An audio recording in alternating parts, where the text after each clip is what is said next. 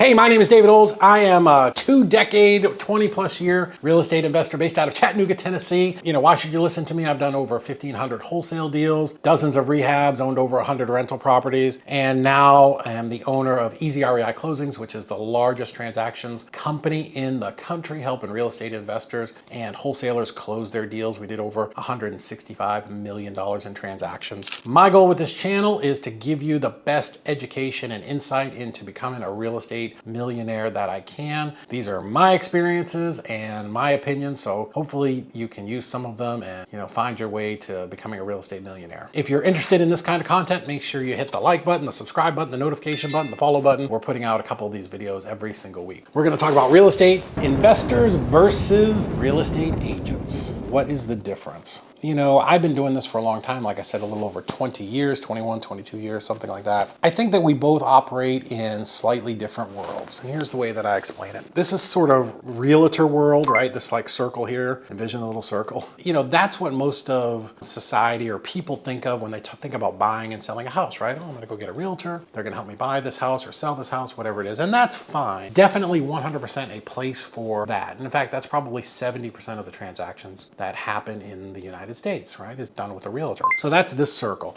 Then there's this circle over here, which is investor world, we like to call it. And the two circles intersect in the middle where they come together. That's the commonality. And the commonality is that we deal with real estate. Our focus, everything about it is different, right? I feel like realtors, they're interested in listing properties, finding buyers, that just the retail side of real estate. Where investors are far more, and there'll be some agents who take issue with what I'm about to say, but real estate investors really go out and look for people that have problem properties, right? And our goal as an investor is to figure out how to solve those problems. Where most realtors, honestly, they don't know what they're doing. They're kind of lazy. When they've got a property with a bad deed or bankruptcy or foreclosure or bad tenants where they can't get into the property, honestly, they don't like to deal with that because the way realtors get paid, and I know that's a whole big thing in 2023 with all the court cases with NAR and everybody else, but if a real estate agent gets paid 2.5% or even 3% on a $50,000 deal or a $20,000 deal, like you're talking a couple $100, right? It's just not worth it for them to,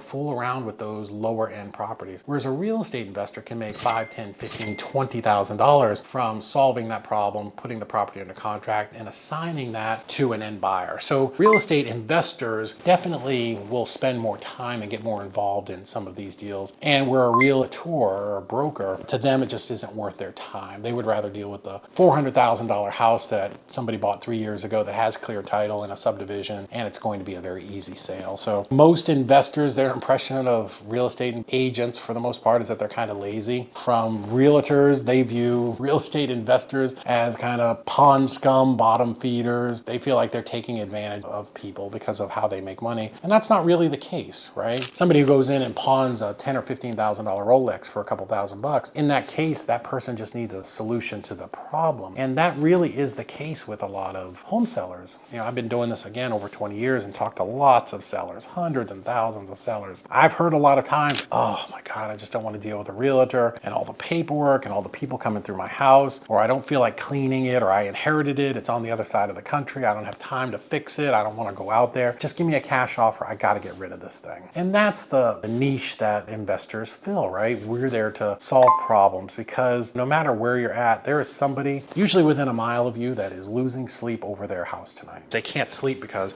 maybe they inherited this house and now they got to deal with it, or they got married, now they have 2 houses and they've got 2 payments, or whatever. They had a bad tenant and the tenant destroyed the place and moved out and they don't have the money to fix it, right? There are a lot of scenarios that come up and happen where literally the people just don't know what to do next because not everybody's a real estate expert. So that's really what real estate investors do. Are there bad investors? 100%. We are rife with out there. Like there are plenty of people who do the wrong thing and take advantage of people, and that's why wholesaling is coming under such regulation. But equally, there's bad people in every industry, and there are plenty of realtors out there too. I can't tell you how many times I've driven by a house that had a for sale sign out front and called the realtor every day that I drove by and could never get a call back, right? Because they're too crazy to call you. Definitely bad people in both sides. Does that mean all realtors and all investors don't get along? No, of course not. There are some great realtors who understand how to work with investors, who may be investors themselves. And same thing, there may be some investors who are also agents or have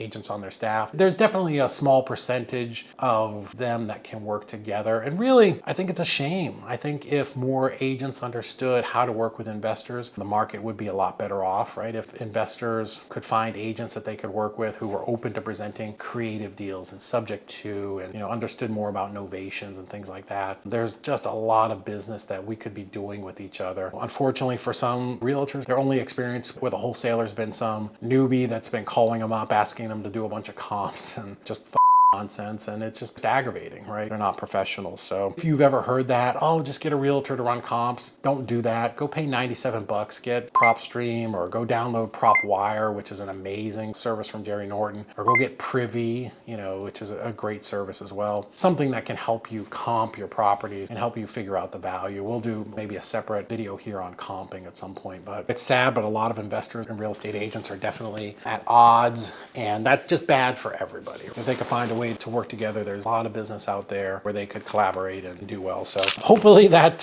sheds a little bit of light on why investors and agents don't get along and aren't able to collaborate as much as they should. So if that was helpful, make sure you hit the like, subscribe, follow, doohickey buttons, turn on notifications, do all that stuff. My name's David Oles, and I hope to see you on the next video.